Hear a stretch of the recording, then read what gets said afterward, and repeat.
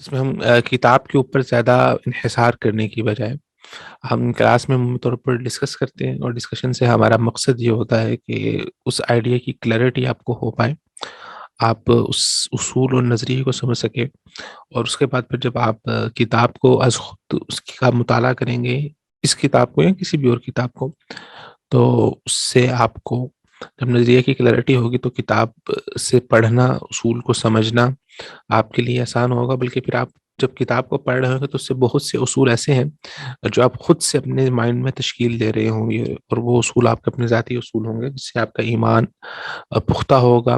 تو سب سے پہلا ہمارا مقصد آ، ان اصولوں کو پڑھنے کا یا الہات کو پڑھنے کا یہ ہے کہ ہمارا اپنا ایمان کسی قسم کے شک میں مبتلا نہ ہو۔ اللہ تعالیٰ فرماتے ہیں انما المؤمنون الذین آمنوا باللہ ورسولہ ثم لم یرتابوا، بلا شبہ مومنین تو وہ ہے جو اللہ اور اس کے رسول پر ایمان لائے ثم لم یرتابوا، پھر اس کے متعلق کسی قسم کے شک میں نہ پڑے۔ تو جب انسان کے پاس علم نہیں ہوتا تو وہ پھر شک میں مبتلا ہو جاتا ہے، اور یہ شیطان کا سب سے پہلا وار ہوتا ہے کسی بھی انسان پر کہ اس کو اس کے ذہن میں شک ڈال دے۔ جیسے ہی شک اس کے ذہن میں آنا شروع ہوتا ہے تو اس کے بعد وہ پھر آہستہ آہستہ یا تو بالکل پختہ ایمان کی طرف چلا جاتا ہے، یا پھر وہ انکار کی طرف چلا جاتا ہے۔ تو اولاً ابتدائی طور پر جو انسان کا سب سے پہلا یقین ہوتا ہے وہ محض ایک یقین ہوتا ہے، لیکن وہ کوئی سولڈ ریزن کی بیس پر نہیں ہوتا۔ مثال کے طور پہ ہم اگر کسی مسلمان کے گھر میں پیدا ہوئے تو ہمارا ایمان، یقین اللہ تعالیٰ کی ذات پر، اسلام پر ہے، لیکن وہ کسی ریزن کی بنیاد پر نہیں ہے، وہ میرے ایک سوشل انوائرمنٹ کی بیس پر ہے، یا میں اسے کہہ سکتا ہوں کہ وہ فطرت، جس فطرت پر اللہ تعالیٰ نے مجھے پیدا کیا اس فطرت پر ہے۔ تو وہ ایمان میرے ذہن میں موجود ہوتا ہے۔ پھر ایک لیول آتا ہے جب میں شعور کی عمر کو پہنچتا ہوں، تو وہاں پر بہت سارے لوگ ہیں جو اس بارے میں سوچتے نہیں ہیں، بہت سارے لوگ ہیں جن کے ذہن میں شک پیدا ہو جاتا ہے۔ تو پہلے ایمان ہوتا ہے، ایمان کے بعد پھر انسان میں شک آتا ہے، اس شک کے بعد کا جو ایمان ہے وہ انسان کا بہت پختہ ہوتا ہے۔ جیسے کہ اللہ تعالیٰ نے حضرت ابراہیم علیہ السلام کی مثال دی قرآن مجید میں۔ حضرت ابراہیم علیہ السلام ایمان کے بعد تشکیک ہوئی کہ جب انہوں نے سورج کو دیکھا کہا یہ رب ہے، جب ستاروں کو دیکھا کہا یہ رب ہے، جب چاند کو دیکھا تو کہا یہ رب ہے، لیکن اس کے بعد کہا کہ نہیں، انی وجہت وجہی للذی فطر السماوات والارض حنیفا وما انا من المشرکین، کہ میں صرف اللہ تعالیٰ کے سامنے اپنے سر کو جھکاتا ہوں۔ وجہت وجہی للذی فطر السماوات والارض حنیفا، جس نے زمین و آسمان کو پیدا کیا۔ ٹھیک ہے، تو حضرت موسیٰ علیہ السلام نے اس سے پہلے اپنے آپ کو ایک عقلی دلیل دی، اور عقلی دلیل کیا تھی کہ سورج تو ڈوب جاتا ہے، چاند بھی ڈوب جاتا ہے، ستارے بھی ڈوب جاتے ہیں، تو جو خالق کائنات ہے وہ کبھی ڈوب نہیں سکتا، وہ ازل سے ہے اور ازل تک رہے گا، ازل سے ہے اور ابد تک رہے گا۔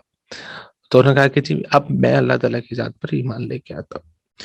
بنیادی طور پر ہم نے اس حوالے سے بات کی ہے کہ اللہ تعالیٰ پر ایمان بالغیب ہے، لیکن ایمان بالغیب کا قطعاً یہ مطلب نہیں ہے کہ ہم اللہ تعالیٰ کو بغیر سمجھے، بغیر جانے اور بغیر اس کی حقیقت کا ادراک کیے، بغیر اس کی ذات کو جانے ہم اس پر ایمان لا رہے ہیں۔ تو ایمان بالغیب کا مطلب یہ نہیں ہے کہ بغیر جانے ایمان کہہ رہے ہیں، بلکہ ہم نے اس میں کہا تھا کہ ایمان اور علم کی تین قسمیں ہوتی ہیں، ایک ہوتا ہے یقین، اور ایک ہوتا ہے علم الیقین، ایک ہوتا ہے عین الیقین، اور ایک ہوتا ہے حق الیقین۔ تو اس دنیا میں اللہ تعالیٰ کی ذات پر جو ہمارا ایمان اور یقین ہے وہ علم الیقین ہے، کہ ہم نے اللہ تعالیٰ کو جانا ہے اپنے علم کی بنیاد پر۔ تو علمی اعتبار سے ہم اللہ تعالیٰ کی ذات کو مانتے ہیں۔ ایمان بالغیب کا مطلب یہ ہے، محدثین کہا کرتے تھے اعرف ربی بذاتہ و صفاتہ، میں نے اپنے رب کی پہچان اس کی ذات کی اس کی ذات کے ذریعے سے اور اس کی صفات کے ذریعے سے کی ہے۔ تو اللہ تعالیٰ کی ذات پر ہمارا علم، اللہ تعالیٰ کی ذات پر ہمارا ایمان بنیادی علم کی بیس پر ہے۔ پھر علم کے اوپر ہم نے بات کی، ذرائع علم کے بارے میں بات کی، مختلف ذرائع علم ہے، کس ذریعہ علم کی کیا ویلیو ہے، کس ذریعہ علم کو ہم نے کہاں پر رکھنا ہے، کون سا ذریعہ علم اگر آپس میں ایک دوسرے سے ٹکرا جائے تو اس کی اس کی کیا وقت ہوگی، کیا حیثیت ہوگی، ڈفرینٹ وے میں ہم نے بات کی. اور نظریہ ارتقاء کے حوالے سے بھی ہم پہلے بات کر چکے ہیں، لیکن آج میں ذرا نظریہ ارتقاء پر ایک ڈفرینٹ ڈائمینشن سے یا اوور آل بنیادی طور پر ہمارے ہاں جتنی بھی سائنٹیفک تھیوریز پائی جاتی ہیں ان کے حوالے سے ڈفرینٹ ڈائمینشن سے بات کرنا چاہتا ہوں. تھیوری کے اوپر ہم نے بات کی کہ تھیوری کیا ہے، تھیوری کی حقیقت کیا ہے، تھیوری کس طرح بنتی ہے. کوئی بتائے گا تھیوری کا مطلب کیا ہوتا ہے؟ سائنٹیفک تھیوری، تھیوری تک پہنچنے سے پہلے کتنے پروسیس ہوتے ہیں؟ سر وہ ہائپوتھیسز اور پھر مشاہدات، بالکل، تجربات، ویری گڈ. پھر ریزلٹس. پہلے ایک ہوتا ہے جسے ہم نیچرل فینومینا کہتے ہیں. نیچرل فینومینا آبزرویشن ہوتا ہے. آبزرویشن سے آپ ایک ہائپوتھیسس کریٹ کرتے ہیں، ہائپوتھیسس کو آپ ایکسپیریمنٹ سے گزارتے ہیں، اور ایکسپیریمنٹس کے تھرو آپ ایک نتیجے پہ پہنچتے ہیں. وہ جو نتیجہ کلی نتیجہ ہوتا ہے اس کو ہم تھیوری کہتے ہیں.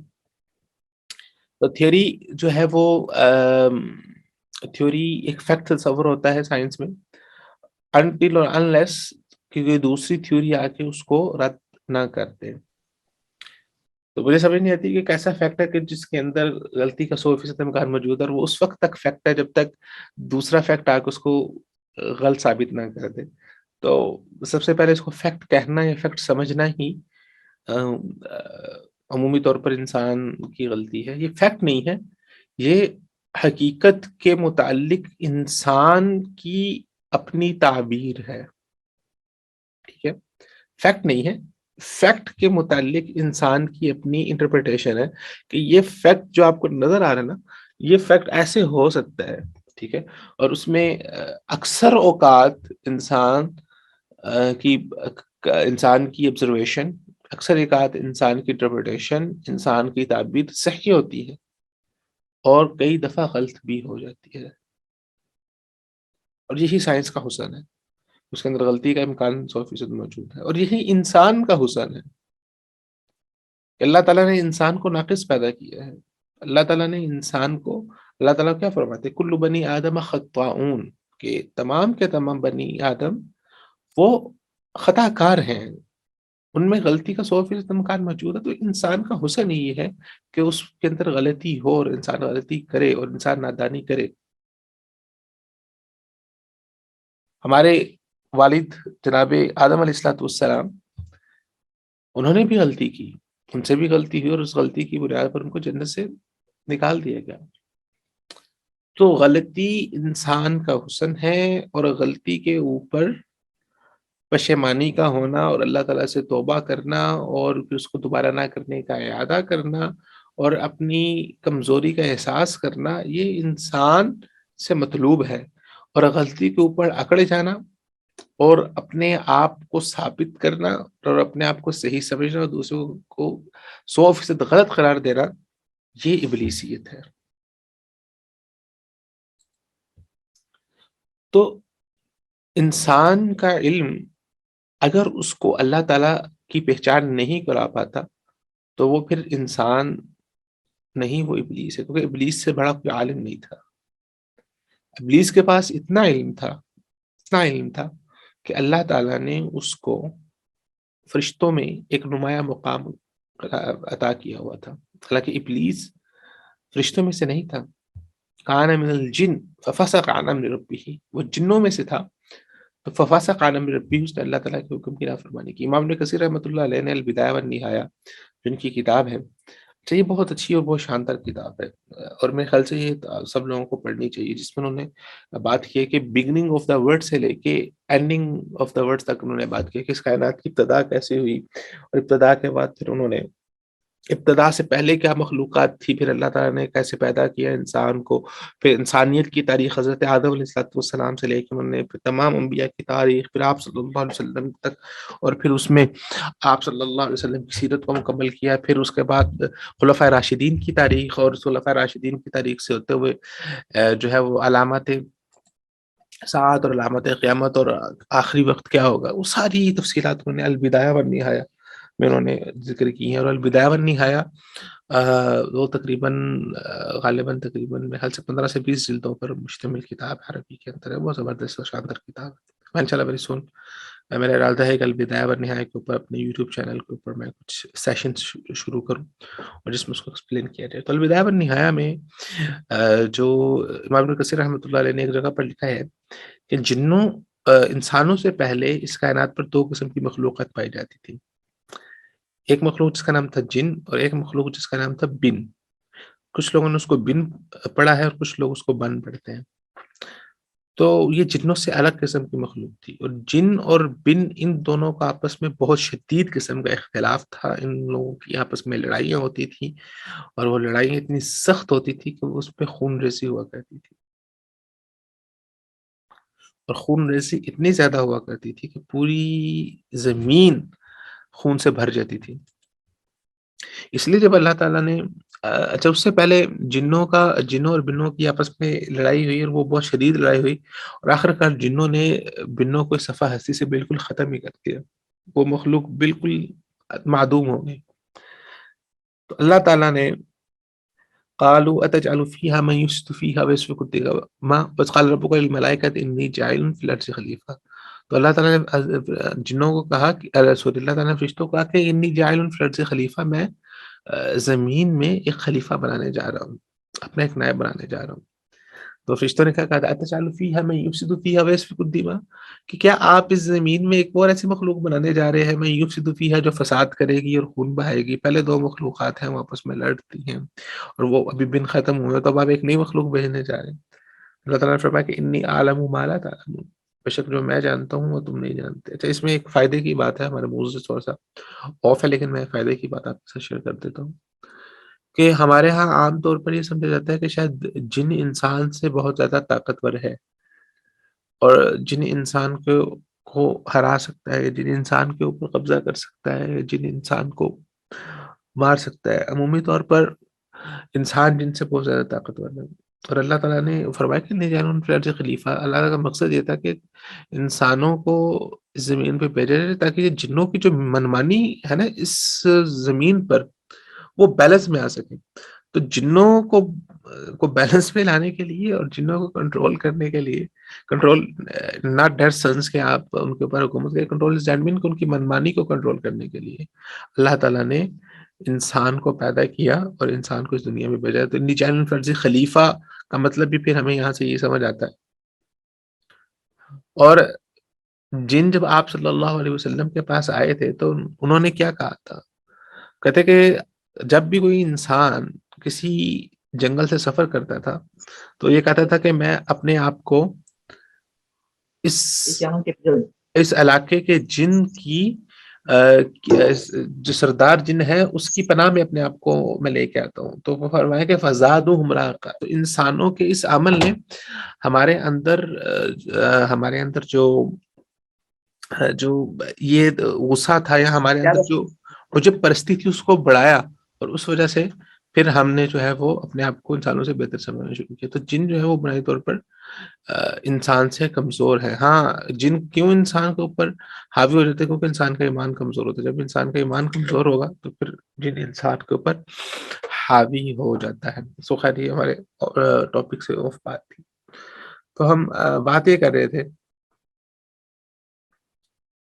کہ فرشتوں کس جگہ سے ہماری بات نکلی تھی؟ اعوذ باللہ من الشیطان الرجیم. خیر تو اللہ تعالیٰ نے حضرت آدم علیہ السلام کو پیدا کیا اور پیدا کرنے کے بعد اس دنیا میں بھیجا. تو ہم بات یہ کر رہے تھے کہ انسان کی فطرت ہی غلطی کے اوپر ہے. تو انسان غلطی کرتا ہے اور وہ غلطی کا کرنا، اس کا اعتراف کرنا اور اس کی معافی مانگنا یہ انسان کا حسن ہے. تو سائنس بھی انسان کے ساتھ اس کا وہ جڑی ہوئی ہے، اس لیے سائنس کا حسن بھی اسی میں ہے کہ اس کے اندر غلطی ہو. غلطی سے خالی کون سی ذات ہے؟ اس سے اللہ سبحانہ و تعالیٰ کی ذات ہے. سو سائنس ایک حقیقت ہے، ایک فیکٹ ہے، لیکن اس فیکٹ کا اپنا ایک مقام ہے اور اس کو ہمیں وہاں پر رکھنا چاہیے. اب سوال یہ پیدا ہوتا ہے کہ کچھ ایسی حقیقتیں یا کچھ ایسی تھیوریز جو سائنس نے پیش کی ہے اور سائنس نے اس کو بہت ہی دلائل کے ساتھ پیش کیا ہے اور وہ بہت ہی پروسیس سے ہو کے گزری ہیں، ایک وقت لگا ہے جن کو انہوں نے ثابت کیا ہے. ان میں سے ایک تھیوری جس کو ہم تھیوری آف ایوولوشن کہتے ہیں، نظریہ ارتقاء بھی جس کو کہتے ہیں. نظریہ ارتقاء وہ تھیوری ہے جس کے اوپر سائنس آج کے موجودہ دور کے اندر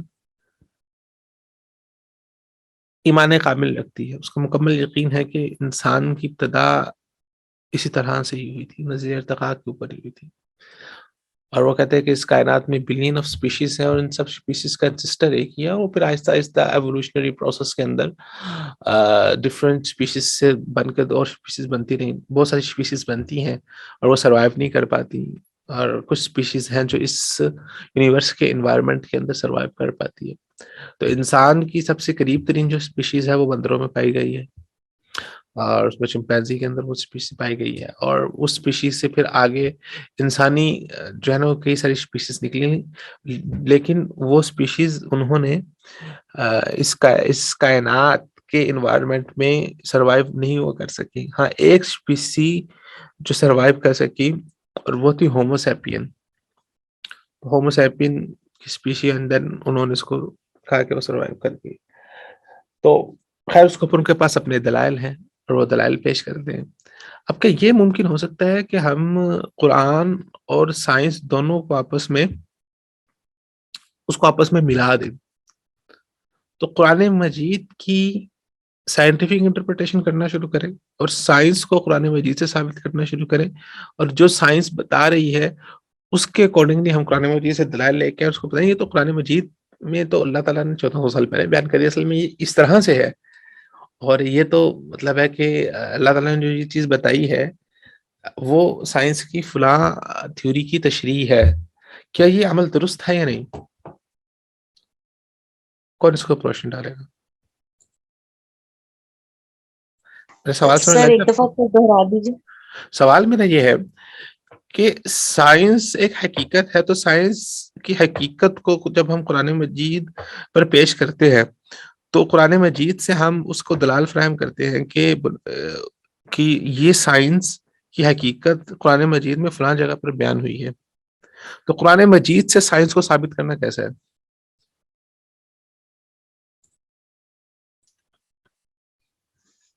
سر قرآن مجید میں بھی سائنسی دلائل تو موجود ہے نا، عقلی اور نقلی دونوں دلائل قرآن مجید سے ہمیں ملتے ہیں.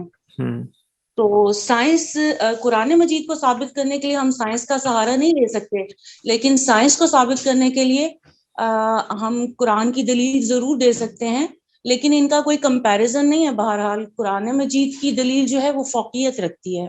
یہ تو اصول ہو گیا. اچھا، قرآن مجید میں سائنسی دلائل نہیں ہے، قرآن مجید میں آفاقی دلائل ہے. سائنسی دلائل اور آفاقی دلائل میں فرق ہے. سائنسی دلائل کیا ہے؟ سائنسی دلائل میں نے بتایا کہ سائنس بنیادی طور پر اس حقیقت کی انسانی تعبیر ہے.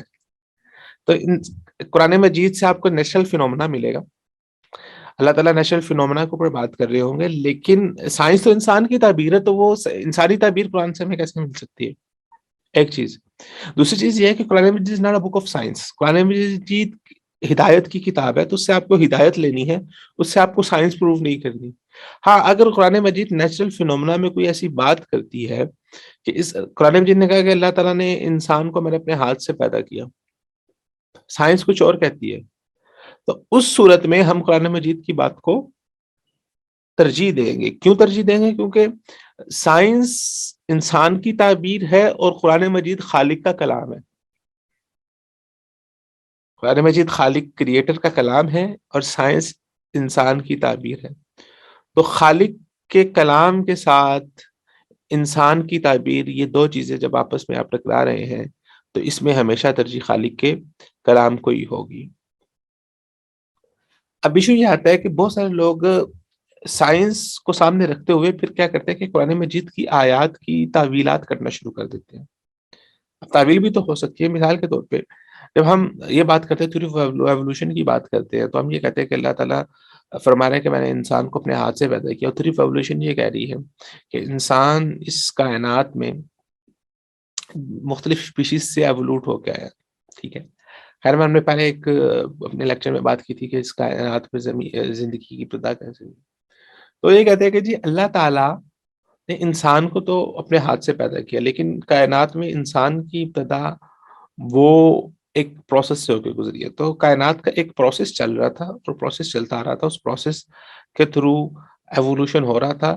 لیکن جب ایوولوشن کی باری آئی انسان کی، تو وہ اس موقع پر جب ایک سمجھ لیں کہ دوسری اسپیشی سے انسان کی اسپیشی بن رہی تھی، تو وہاں پر اللہ تعالیٰ نے انٹرفیرنس کی اور انسان کو تعظیم دینے کے لیے، انسان کو شرف دینے کے لیے اللہ تعالیٰ نے انسان کو اپنے ہاتھ سے بنا دیا. تو ایوولوشنری پروسیس اس طرح سے چل رہا تھا. ایوولوشنری پروسیس کے بیچ میں جہاں پر انسان کی تخلیق کی باری، تو اللہ تعالیٰ نے خلقتو بیدیہ، اس کو اللہ تعالیٰ نے انسان کو اپنے ہاتھ سے بنا دیا. کیا یہ بات درست ہے؟ کیا اس طرح سے ہم تعبیر کر سکتے ہیں؟ اس سے تو ہمارا فائدہ ہو گیا نا، کہ سائنس بھی صحیح ثابت ہو گئی اور قرآن بھی صحیح ثابت ہو گیا.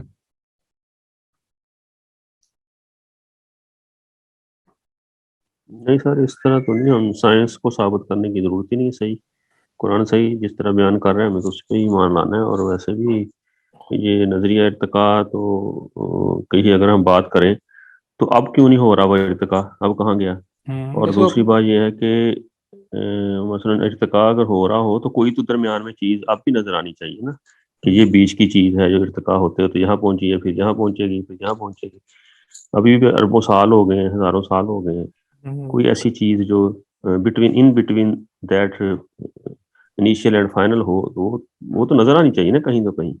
اچھا، اس میں سائنس کے پاس نا بہت سالڈ قسم کے دلائل ہے. سوری آپ کو، اگر آپ اس چیز کے اوپر کہیں گے تو سائنس آپ کو نا جو ملینیلز ہوتے ہیں جس میں بندروں کی بہت ساری قسمیں آتی ہیں، ان کا ڈی این اے دکھا دیں گے. ان کا ڈی این اے جب ڈیکوڈ کریں گے اور انسان کا ڈی این اے ڈیکوڈ کرتے ہیں تو اس میں بہت زیادہ سملیرٹی پائی جاتی ہے. تو انسان اور بندر کے ڈی این اے کے اندر پھر سملیرٹی کہاں سے آ گئی؟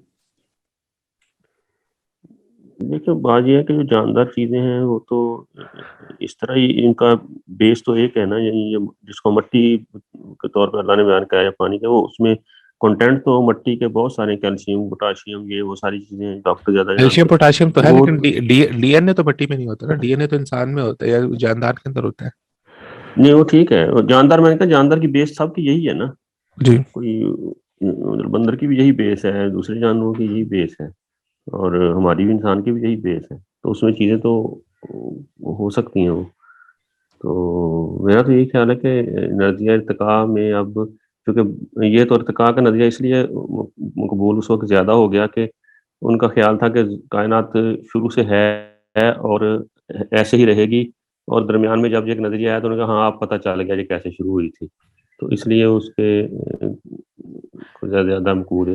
آپ کو میں بتاؤں، جب ڈارون نے نظریہ ارتقاء پیش کیا تھا اس وقت کے جو ملحدین تھے انہوں نے اس کا انکار کیا تھا. خود بھی ملحد تو نہیں تھا ویسے. بالکل وہ خود ملحد نہیں تھا. عمومی طور پر نظریہ ارتقاء جو ہے نا وہ الہاد کی طرف لے کر نہیں جاتا. لیکن مسئلہ یہ ہے کہ اگر آپ اسلام کا ڈیپ مطالعہ کریں گے نا تو نظریہ ارتقاء اسلامی نظریے کے بالکل مخالف جاتا ہے. اسلام ہماری رہنمائی کچھ اور طریقے سے کرتا ہے، نظریہ ارتقاء جو ہے وہ ہمیں کچھ اور طرح سے پڑھتا ہے. تو یہ بنیادی طور پر بہت بڑا مسئلہ ہے آج کا.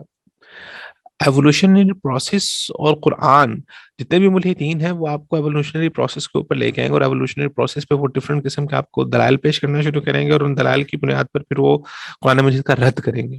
ہمارے بہت سے نادان لوگ ان کے دلائل کا جب وہ جواب نہیں دے پاتے تو پھر وہ قرآن مجید کی آیات کی نعوذ باللہ من ذالک تعویلات کرنا شروع کر دیتے. اور یہ تعویل میں نے آپ کو جو بتائی ہے ان تعویلات میں سے ایک تعویل ہے کہ آپ یہ کہہ دیں کہ اللہ تعالیٰ نے انسان کو بنایا ایوولوشنری پروسیس ہے، لیکن اس میں بیچ میں اللہ تعالیٰ نے اپنے ہاتھ کا استعمال کر لیا. تو کیا مطلب ہے کہ پھر آپ یہ کہہ رہے ہیں کہ جو ہومو سیپین تھے وہ حضرت آدم تھے جو پہلے انسان تھے. اللہ تعالیٰ تو یہ بتا رہے ہیں کہ میں نے حضرت آدم علیہ السلام کو یہاں پر بنایا ہی نہیں اس کائنات میں. حضرت آدم علیہ السلام تو اوپر بنے ہیں، اور پھر حضرت آدم علیہ السلام تو جنت میں رہ رہے تھے، اور جنت سے اللہ تعالیٰ نے انسان کو پھر اللہ تعالیٰ نے تو ان کو تو آسمان دنیا میں بطور سزا کے طور پر بھیجا. اللہ تعالیٰ کا مقصد ان کو دنیا میں ہی بھیجنا تھا، لیکن پہلے تو وہ جنت میں تھے. تو حضرت آدم علیہ السلام تو وہ یہاں سے نہیں، وہ تو جنت سے آئے تھے. اچھا، اس پر ایک اور تھیوری آئی ہے، پچھلے دنوں میں پڑھ رہا تھا، ابھی وہ اتنی زیادہ مقبول نہیں ہوئی لیکن ڈفرینٹ لوگ بات کر رہے ہیں. وہ کہتے ہیں کہ انسان کی ذات پر اگر ہم اسٹڈی کریں نا تو ہمیں پتہ یہ چلتا ہے کہ انسان اس پلانٹ کی مخلوق نہیں ہے. انسان پہلے کسی اور جگہ پر رہتا تھا اور وہاں سے یہاں پر آیا. تو جس پلانٹ پہ یہ رہتا تھا یہاں تو اس پلانٹ میں جو ہے وہ پلانٹ انسان کے رہنے کے قابل نہیں رہا، یا اس پلانٹ کو انسان نے خود سے تباہ کر دیا ہے. لہٰذا انسان اب اس پلانٹ پہ آیا ہے، اور یہ پلانٹ انسان کے لیے نہیں بنا ہوا تھا. انسان نے خود آ کر اپنے آپ کو اس پلانٹ کے اکارڈنگ ڈھالا ہے، اور اس کی وہ بہت سارے دلائل لیتے ہیں، اس میں بہت ساری چیزیں انہوں نے بیان کی تھی. خیر کچھ میں آپ کے سامنے بھی ذکر کر دیتا ہوں جو میرے ذہن میں ہے. ایک تو ان کا یہ کہنا تھا کہ اگر سب سے پہلے جو انسان کی جو ریڈنگز لی گئی ہے نا، اور ان ریڈنگز میں جو زمین کے اندر کشش پائی جاتی ہے اور انسان کے جسم کی جو ساخت ہے، تو انسان اور اس زمین کی کشش ثقل آپس میں مطابقت نہیں رکھتی. اس لیے انسان کی ذات پر بہت زیادہ، انسان کے جسم پر بہت زیادہ پریشر ہوتا ہے اس کشش ثقل کا.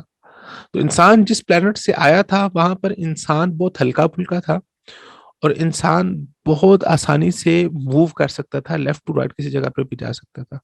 لیکن اس زمین پر وہ کشش ہے، اور کشش کی وجہ سے انسان کے جسم پر بہت زیادہ پریشر ہوتا ہے، اور اس پریشر کی وجہ سے انسان کی ہڈیوں کے اوپر، خیر انہوں نے کچھ ایکسپیریمنٹ کیے تھے. ایک تو انہوں نے یہ کہا. دوسرا یہ کہا کہ انسان جس پلانٹ سے آیا تھا نا، اس پلانٹ میں جو خوراک موجود تھی وہ خوراک پروسیس نہیں تھی. تو انسان کا معدہ اس کائنات میں جو خوراک موجود ہے اس کے اکارڈنگ نہیں ہے. اس لیے انسان کو بہت ساری خوراک پروسیس کر کے کھانی پڑتی ہے. ٹھیک ہے، آپ کو سبزیاں ہیں وہ پکا کے کھانی پڑتی ہیں، وہ ابال کے کھانی پڑتی ہیں. اگر آپ وہ پکا کے نہیں کھائیں گے یا ابال کے نہیں کھائیں گے تو وہ پروسیس فوڈ جو ہے وہ آپ کو آپ کے ڈائجیشن میں آپ کو اس طرح سے آپ کے لیے کارآمد نہیں ہو سکتا. ہاں پھل ہیں، پھل آپ بغیر پکائے کھاتے ہیں، لیکن بہت سارا فوڈ آپ پروسیس کر کے کھاتے ہیں. تو جس پلانٹ پہ پہلے انسان رہتا تھا وہاں پر انسان کے پاس جو خوراک تھی وہ خوراک بالکل ایسی تھی. آپ دیکھیں کہتے ہیں جتنے اس پلانٹ کے جتنے بھی جو جاندار ہیں وہ کوئی بھی جاندار اپنے فوڈ کو پروسیس نہیں کرتا، وہ اس کو اسی طرح سے کھاتا ہے جس طرح سے وہ نیچرل فارم کے اندر ہے، نیچرل وے کے اندر. لیکن انسان ہی صرف اس فوڈ کو پروسیس کر رہا ہوتا ہے.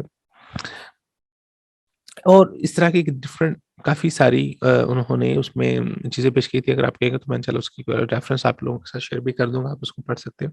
تو ایک تھیوری یہ بھی ابھی پیش یہ کی جا رہی ہے کہ انسان جو ہے وہ اس کائنات کی مخلوق ہی نہیں ہے. انسان تو آئے دوسری کائنات سے، دوسرے پلانٹ سے آیا.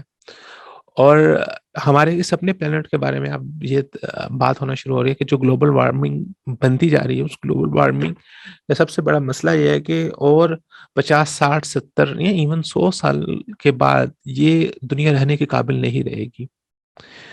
اتنی زیادہ وارمنگ ہو جائے گی، اتنی زیادہ گرمی ہو جائے گی کہ آج کل کے جو گرم علاقے ہیں وہ اپنی جس درجہ حرارت پر ہیں وہ اس سے تقریباً 50 ڈگری سینٹی گریڈ مزید گرم ہو جائیں گے، اور اس گرمی کے اندر انسان کا رہنا کسی صورت ممکن نہیں ہو پائے گا. سو وہ اس وارمنگ کے ذریعے سے انسان نہیں رہ سکتے. اس لیے مختلف جو کمپنیز جیسے ناسا ہے یا ایلون مکس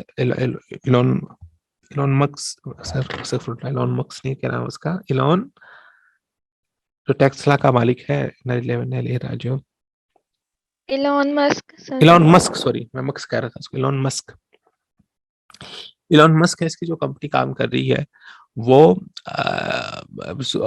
سوچا کہ انسان کو کس طرح سے ہم مارس پر منتقل کر سکتے ہیں. سو اس زمین سے جو سب سے قریب ترین سیارہ ہے وہ مارس ہے. اچھا، مارس کے بارے میں بھی ڈفرینٹ قسم کی تھیوریز پائی جاتی ہے. مارس جس طرح سے بھی بنا ہوا ہے تو وہ کہتا ہے کہ مارس پہلے ہرا بھرا تھا، مارس پہ پانی موجود تھا، تو ہو سکتا ہے کہ وہاں پر رہنے والی جو مخلوق تھی، پلانٹ تھے، انہوں نے پلانٹ پہ رہنے والی مخلوق تھی، انہوں نے وہاں پر کوئی جنگ کی یا زمین کی طرح اس کو رہنے کے قابل نہیں بنایا. اب ایشو یہ ہے مارس کا کہ مارس کا جو علاقہ ہے وہاں پر سائنس کو یہ مشاہدہ یہ دلائل ملے ہیں کہ وہاں پر کچھ جمع ہوا پانی بھی موجود ہے، اور وہاں کا جو انوائرمنٹ ہے وہاں پر سردی بہت زیادہ ہے. تو اس سردی کے اندر انسان سروائیو نہیں کر سکتا، اور اس کو رہنے کے قابل کیسے بنایا جا سکتا ہے، کیونکہ وہاں پر جو زندگی ہے نا وہ سروائیو نہیں کرتی اس انوائرمنٹ کے تھرو. تو دو قسم کے نظریات پائے جاتے ہیں.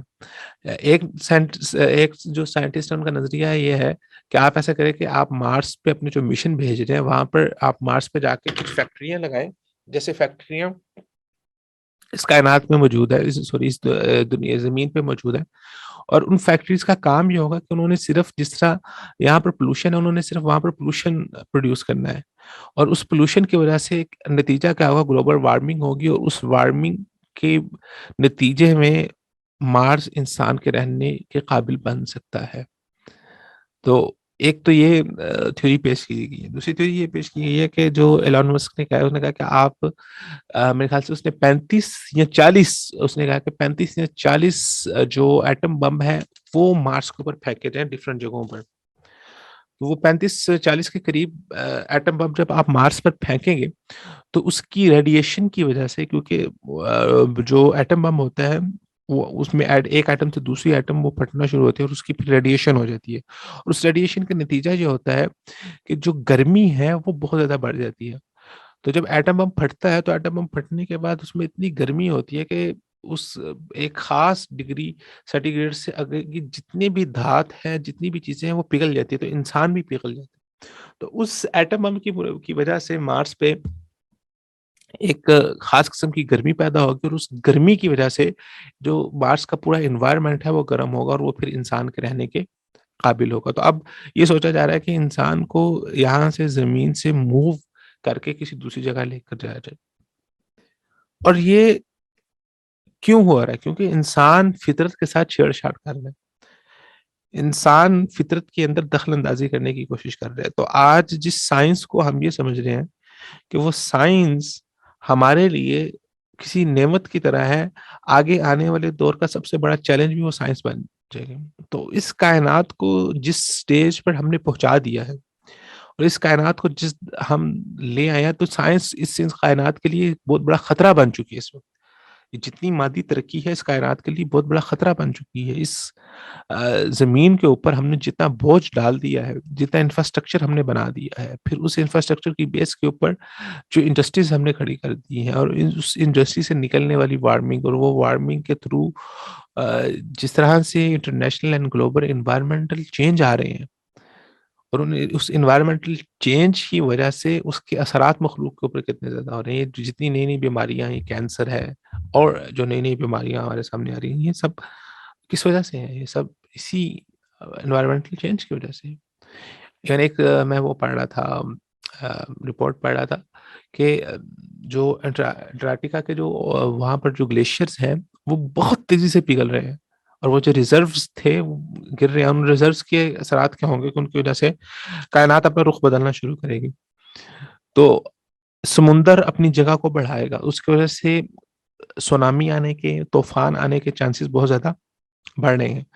اور اس برف کے کم ہونے کی وجہ سے وہ جانور یا وہ پرندے جو برف میں رہتے ہیں، جو برفانی جانور ہیں، ان کے اندر بہت زیادہ بایولوجیکل تبدیلیاں دیکھنے میں نظر آ رہی ہیں. جو پرندے تھے، برفانی پرندے ہیں، ان کی چونچیں بہت حد تک بڑھنا شروع ہو گئی ہیں، اتنی زیادہ بڑھنا شروع ہو گئی ہیں کہ وہ اب چونچ کے ذریعے سے کھانا ان کے لیے مشکل ہو گیا.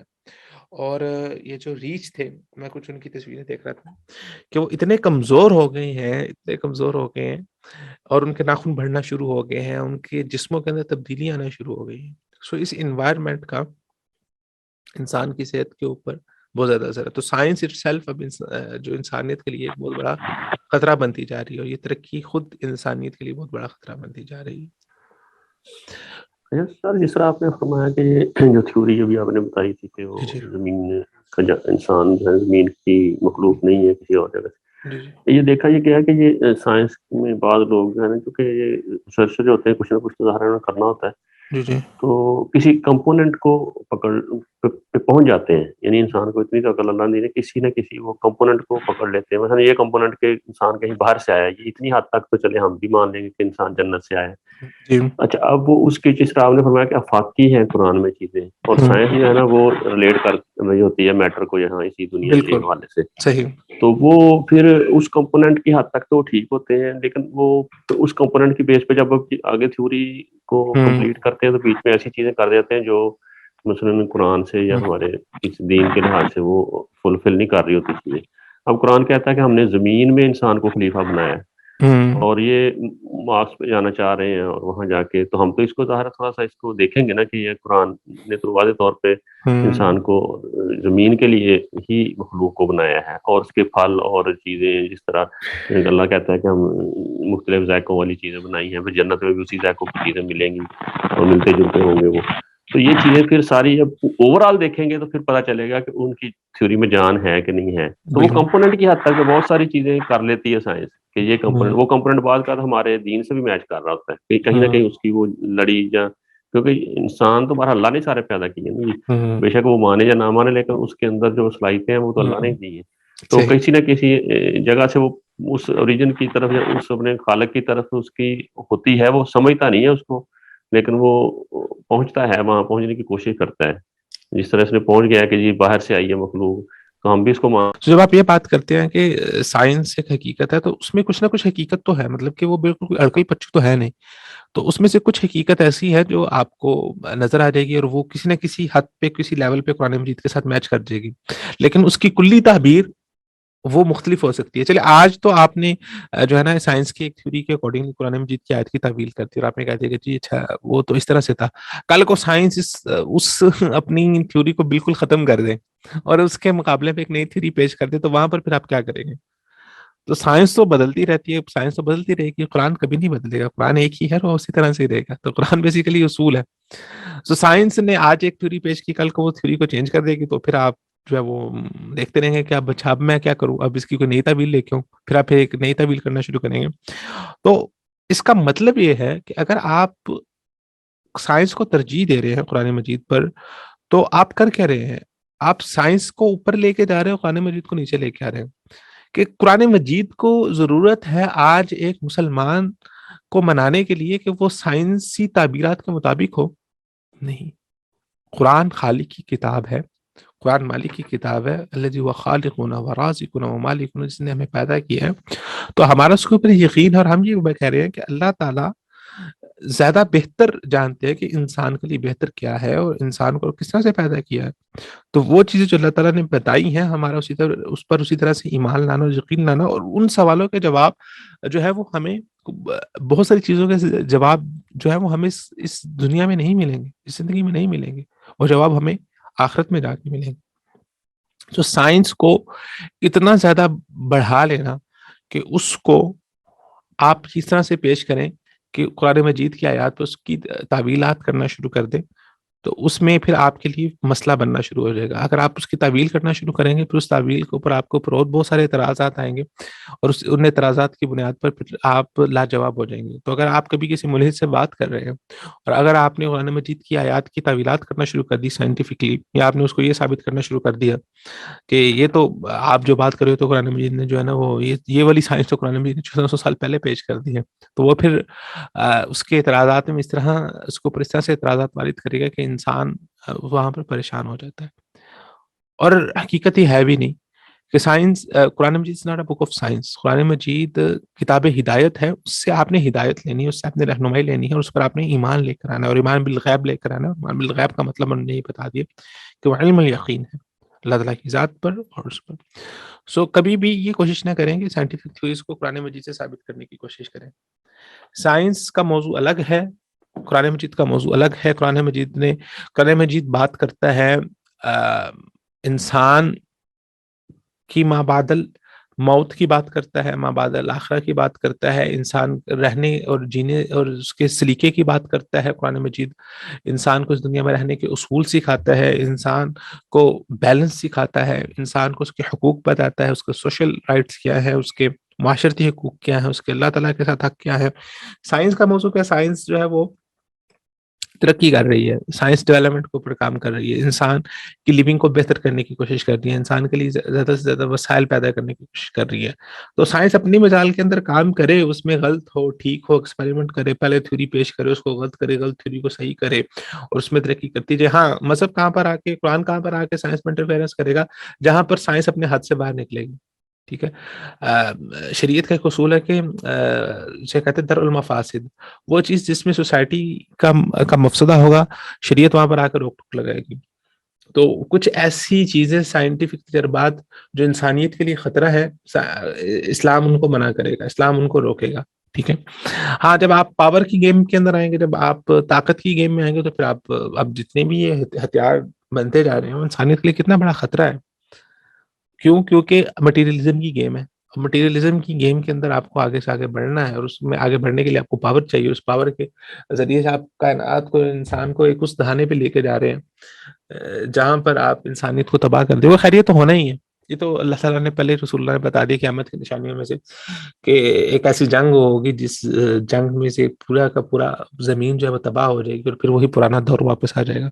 اور اس سے پہلے ترقی ہوگی. یہ تطاولون فی البنیان، اس دور آپ میں آپ صلی اللہ علیہ وسلم نے یہ ساری چیزیں بتائی ہوئی.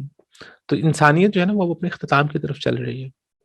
انسانیت جو ہے نا وہ اپنی تباہی کی طرف چل رہی ہے، اور اس نے تباہی کرنی ہے. اور یہ جو کہہ رہے تھے کہ ہم یہاں سے نکل کے مارس چلے جائیں گے، ہم یہاں سے نکل کے وہاں کسی اور سیارے میں چلے جائیں گے. یا معاشر الجن والانس ان استطعتم ان تنفذوا من اقطار السماوات والارض فانفذوا لا تنفذون الا بسلطان. اللہ تعالیٰ فرماتے ہیں کہ تمہارے اندر اگر طاقت ہے تو تم فنفذوا لا تنفذون الا بسلطان، جہاں پر بھی جاؤ گے تم مارس چھوڑ کے تم جو ہے نا وہ وینس پہ چلے جاؤ، کسی اور جگہ پہ چلے جاؤ. لا تنفذون الا بسلطان، ہر جگہ پر اللہ تعالیٰ کی بادشاہت تم لوگوں کو آگے ملے گی. تو اللہ تعالیٰ کی بادشاہت اور سلطانیت سے انسان نہیں نکل سکتا. اور یہ تو آپ کا پلان ہے، یہ تو ابھی تھیوری ہے کہ ہم یہاں سے ہم مارس پہ جا کے یہ کر دیں گے تو وہاں پر یہ ہو جائے گا، اور یہ کر دیں گے تو یہ ہو جائے گا. وما کروا وما کر اللہ، ایک تدبیر وہ ہے جو تم لوگ کرتے ہو، ایک تدبیر وہ ہے جو اللہ تعالیٰ کر رہا ہے. اللہ تعالیٰ کو کیا منظور ہے، اللہ تعالیٰ نے کیسے کرنا ہے وہ اللہ تعالیٰ کو پتہ، اور وہ ہوگا وہی جو اللہ تعالیٰ چاہیں گے.